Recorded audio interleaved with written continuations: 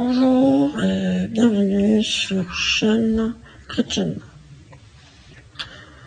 Alors toujours le but de cette vidéo est de parler de la résurrection de Jésus et aussi de la manière dont il peut faire pour nous sortir de nos fautes. En image de fond, il y a une petite balade que j'ai fait en vélo en partant d'Aix-en-Provence, allant vers Palette, ensuite le Tournai, et ça se termine sur la route de Beaurecueil. Peut-être je mettrai aussi la rotonde, vite fait, bien fait. Alors, la nouveauté là dans les vidéos, c'est que j'ai acheté un pied pour pouvoir poser le téléphone, l'orienter, le régler.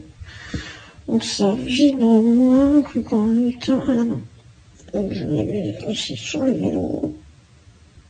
Et ça, j'ai deux mains pour freiner dans les descentes. C'est plus sécurisé.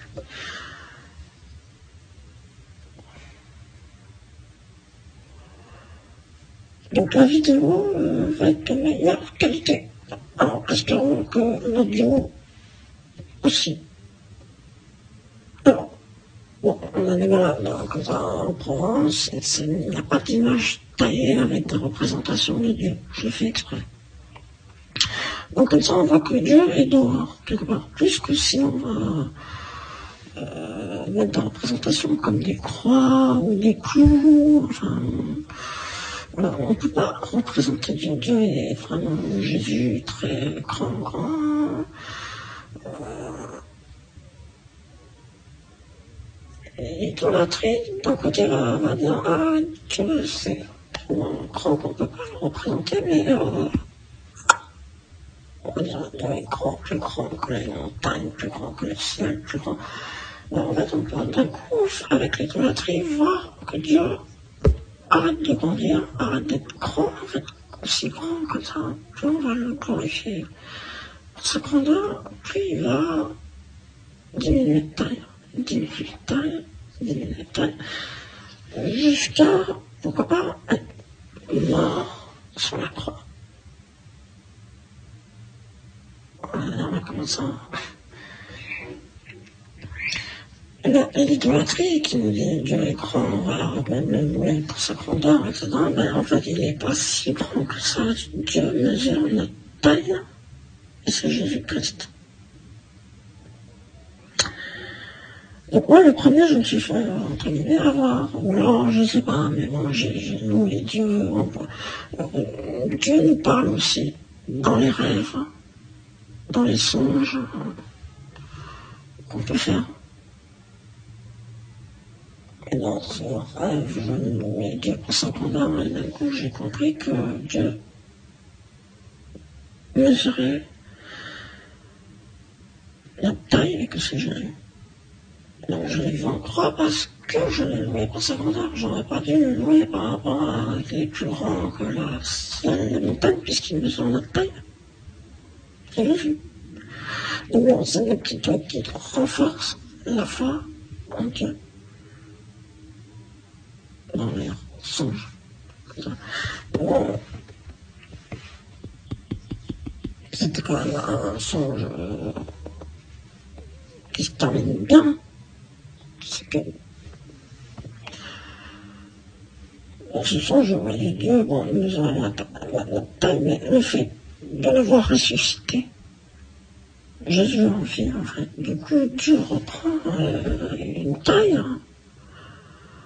On va dire notre taille, mais même il devient de plus en plus grand, quelque part. Donc là, on n'a plus non plus Dieu, voilà, Dieu par rapport à sa grandeur, à sa taille plus grand que le ciel et la terre, je vois. Là, on a une grandeur avec Jésus-Christ, avec Dieu, où Dieu est capable de passer de la mort à la vie. Plus la même notion de grandeur, là. Du coup, on va après un rêve comme ça, comme j'ai fait sur l'idolâtrie, quelque part, on va plus se dire, bah non, enfin, lui, Dieu est grand, mais en même temps, il mesure notre taille, il y a une double facette, quelque part. Mais ce qui est le plus impressionnant par rapport à Dieu, c'est pas sa taille, mais c'est le fait qu'il puisse passer de la mort à la vie. C'est ça qui est impressionnant. On peut aimer Dieu ou Jésus parce qu'il ressuscite d'entre les morts. Voilà. Bon, c'est vrai que si là je parle de ça avec des montagnes sans victoire, la grandeur, on peut dire quelque part, pourquoi pas, ça serait peut-être... Bon, d'accord, ce sont les atomes. Les atomes. Bon, on ne sait pas pourquoi ils sont là, tous ces atomes, au même endroit, dans l'espace, alors qu'il y a très peu d'atomes. Depuis tous ces atomes viennent de l'infini, de l'espace, à des distances de milliards d'années-lumière. Et nous sommes là, avec nos atomes et ces montagnes. Bon, on peut se dire, bon, c'est vrai, c'est l'œuvre, la physique, là, on va nous expliquer d'où nous venons par rapport à l'espace et le temps. Mais la physique n'a pas de authenticité ou pas qui a fait ça. Après, la foi chrétienne va dire, non, nous, on peut répondre que c'est Dieu, c'est Jésus. Avec certitude. C'est sur notre terre.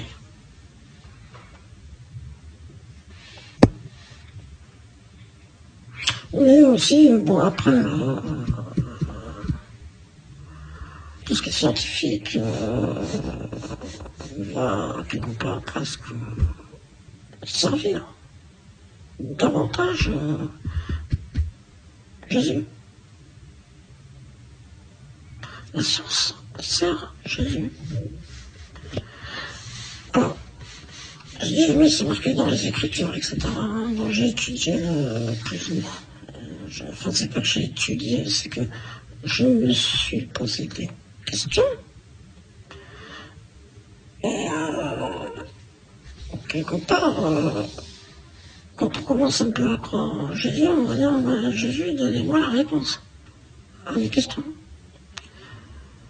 Donc bon, ça marche un petit peu, mais Jésus est quand même difficile à suivre. Enfin, difficile à suivre, ça dépend. Ce qu'on peut dire, c'est que c'est Jésus qui nous donne la foi. Et c'est miraculeux. Déjà. Donc, mais la foi, c'est avoir la foi que nous sommes pécheurs et que Jésus sauve tous les pécheurs. Donc bon, mais là, si admettons, par sa miséricorde, Jésus nous donne la foi, qui est ressuscité, donc dans ce cas-là, même si on a des questions comme ça, forcément on n'est pas obligé, Jésus n'est pas obligé de répondre, on doit être humble. Et aussi la patience. Jésus n'est pas à notre disposition pour répondre à nos questions, forcément, comme ça tout de suite. Il y a des millions de prières, pas que les nôtres. Je ne pas des questions, bon, c'est pas important, c'est plus important que Jésus s'occupe de sauver les personnes. Que répondre aux questions, bon, donc, ce que je veux dire, c'est que Jésus peut parfois répondre à nos questions, même si ça prend du temps.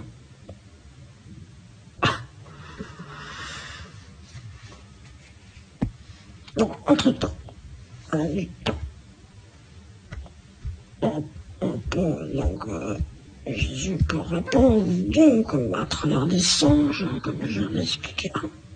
Donc je n'étais pas si grand que ça, mais qui nous en appelle. Donc là, il est bon avec la Bible aussi. On peut lire la Bible et trouver des réponses à nos questions. Quand on lit, par exemple, les évangiles où Jésus parle en parabole, dans ce cas-là, il nous répond. Donc, dans le cas d'un miracle, on va tomber sur un passage, on va le lire, et ça correspond à la question qu'on s'est posée. En plus, si c'est Jésus qui donne, ça peut être Saint Paul, ça peut être des textes chrétiens, ça dépend. Des réponses. Bon, j'ai beaucoup parlé de l'idolâtrie chrétienne. Je vais continuer. L'idolâtrie chrétienne, ça peut dépasser une certaine limite, et dans ce cas-là, ça devient presque on va reculer. On va dire, attention, il y a de l'idolâtrie chrétienne, moi-même je suis pécheur, on va dire, je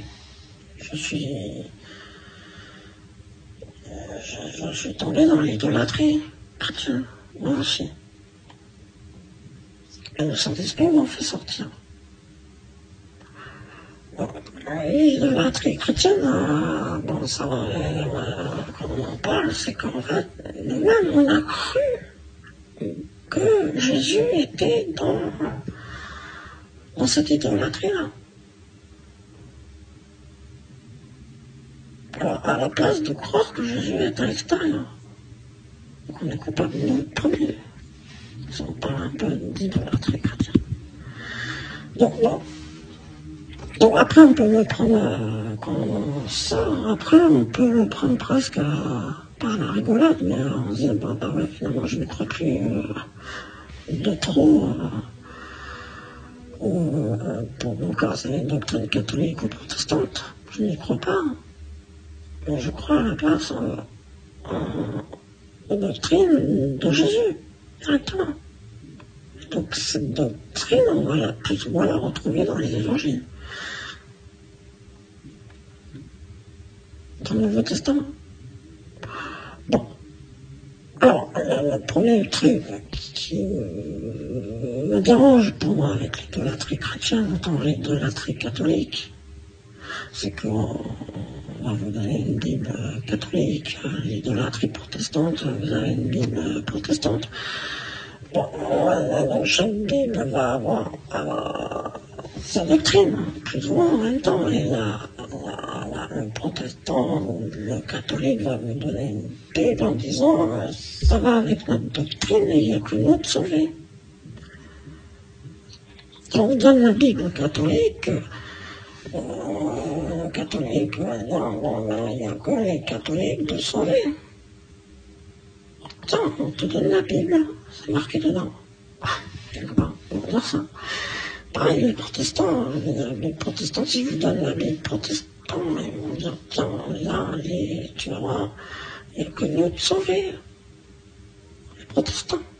C'est marqué là, dans la Bible, il n'y a que nous de sauver. Et quelque part, c'est un petit peu de l'idolâtrie. Qui c'est qui pour dire, mais qui est sauvé, les catholiques ou les protestants ou les deux? Et pourquoi alors chacun a l'air de dire que chacun il y a que nous de sauver par on détecte de l'idolâtrie. Mais si on y croit, plus enfin, en doctrine protestante, ou si on croit en doctrine catholique, on va dire, mais on va tout faire pour défendre quelque part la doctrine auquel on fait partie, en fait. Donc là, on est vraiment là, on augmente le degré d'idolâtrie. En disant, mais ouais, maintenant, il n'y a que les catholiques, il n'y a que les protestants, dans chaque groupe catholique ou protestant, l'église ou au temple, on va un peu entendre le pasteur ou les curés dire, mais il n'y a que les catholiques ou les pasteurs, il n'y a que les protestants qui sont sauvés. Mais nous, si on y croit, qu'on rentre un peu trop là, dans ce chemin-là, alors on peut dire, ben non, on ne sait pas, alors catholique, on fait de l'idolâtrie. C'est-à-dire, on croit en leur doctrine, c'est-à-dire, il n'y a que les protestants sauvés, c'est une doctrine. on croit leur doctrine à la place de croire en la doctrine de Jésus. À la place de croire en Jésus. Jésus lui dit, oui, je sauve les catholiques, oui, je sauve les protestants. Il n'y a pas de souci. Mais je ne sauve pas que eux, je sauve tout le monde, tous les pécheurs.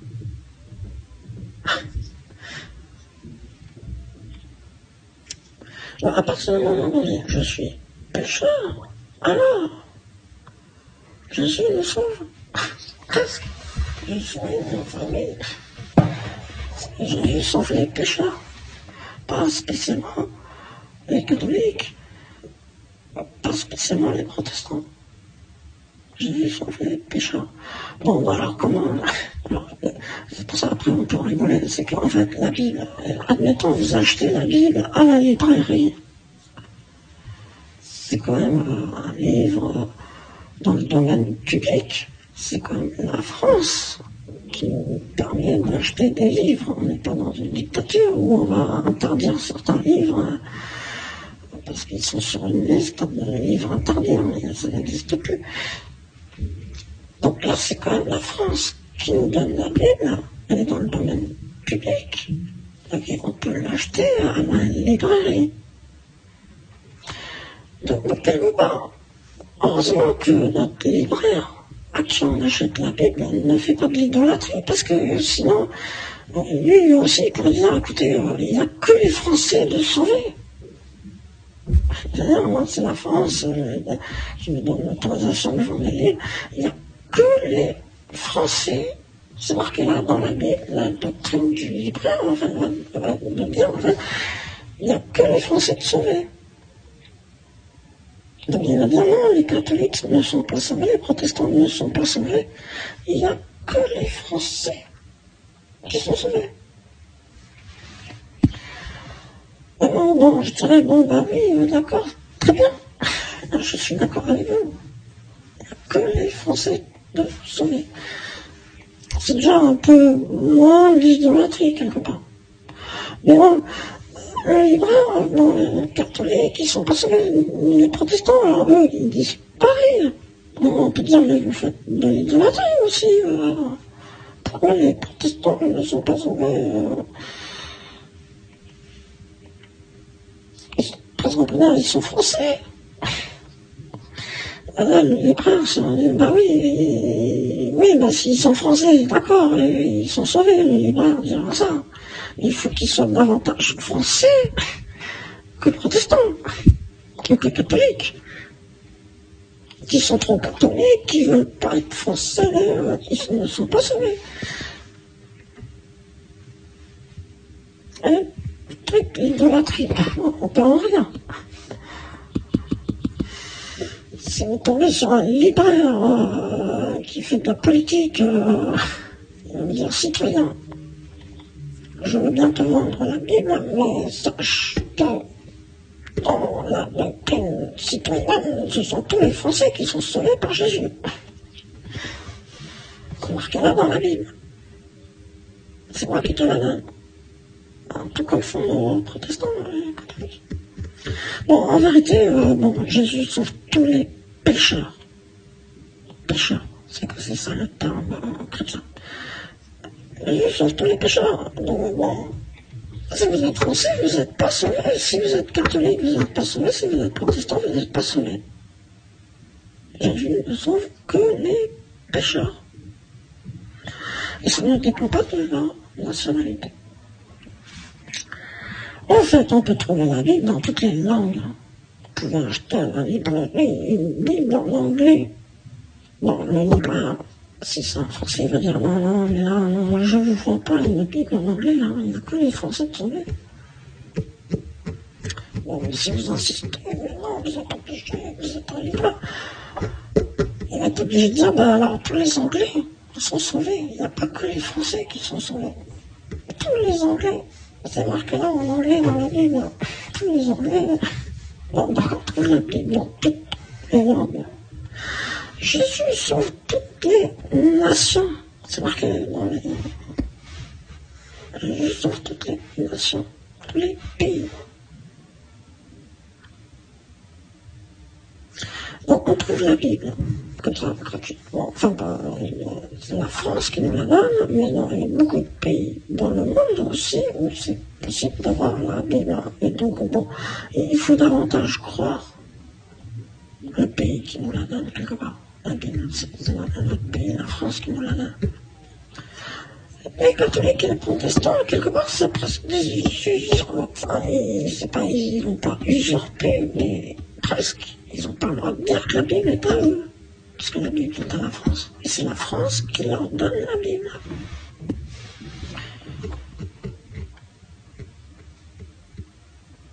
Donc, bon. La Bible, à la base, qu'il faut comprendre, c'est que Jésus sauve tous les pécheurs. Jésus sauve aussi toutes les nations, tous les pays du monde. Et on dit aussi Jésus sauve les juifs et les non-juifs. Ceux qui... Jésus sauve les chrétiens ou les non-chrétiens. Et Jésus emmène toutes les religions, dans toutes les nations, dans tous les pays du monde. Et ça va davantage rapidement quand on dit à Jésus, je suis pécheur. Jésus, je suis pécheur. Par l'accent du Saint-Esprit, parce que je suis ressuscité, je crois en Jésus, avec Jésus qui sauve les pécheurs, tous les pécheurs, y compris les pécheurs dans toutes les nations du monde et dans toutes les églises du monde.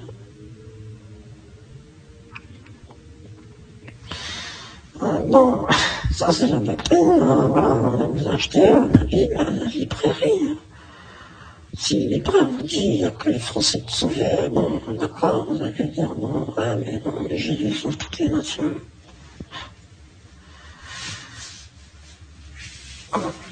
S'il y a un catholique qui me dit, bon, il y a que les catholiques de sauver, il dit, non, c'est pas vrai, Jésus sauve les juifs et les non-juifs. Jésus sauve toutes les nations, et surtout Jésus sauve les pécheurs. On va pas mal ma petite idée, enfin, j'espère que c'est pas trop mal.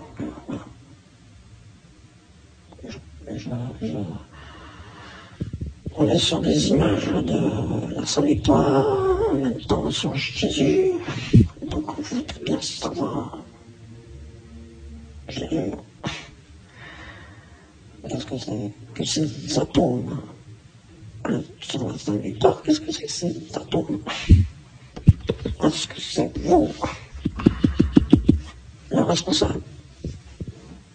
Est-ce que, quelque part, une fois qu'on est mort, on ressuscite, nos atomes reviennent, je ne sais pas quoi.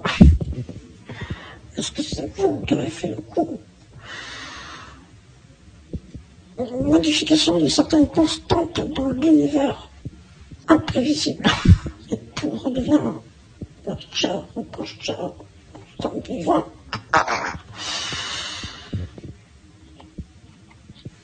Donc bon, le message chrétien, bon, donc Jésus sauve les pécheurs, donc l'humanité. C'est aussi, voilà, que quand Jésus est ressuscité, on rachète nos fautes, mais en même temps, on est sûr aussi qu'on ressuscite. Jésus nous fait partager, en fait, sa victoire sur la mort. Bon, les chrétiens, vont davantage croire qu'il y a une vie après la mort, que nous sommes des anges, etc. Plutôt, voilà. Bon, je ne sais pas s'il y a des anges qui passent sur la Saint-Victoire, mais j'ai des parachutes ascensionnels, là, comme ça. On ne sait pas, mais peut-être ce sont des anges.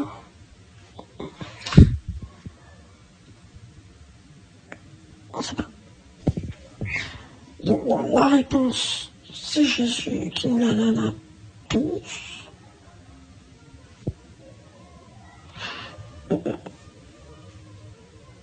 Alors, l'info chrétienne augmente quand on va dire je suis pécheur, c'est important. Hein, Jésus sauve les pécheurs, pas les catholiques, ni les protestants, ni les chrétiens. Jésus sauve les pécheurs de toutes les nations et de toutes les croyances. Par sa mort, sans la croix. Par sa résurrection, Jésus nous promet à tous une vie comme les anges aux cieux, dans son royaume. Alors, la vidéo, là, ça va faire, j'ai noté là bientôt 30 minutes. 30 minutes de vidéo autour de la Sainte Victoire. J'espère que ces images vous auront plu.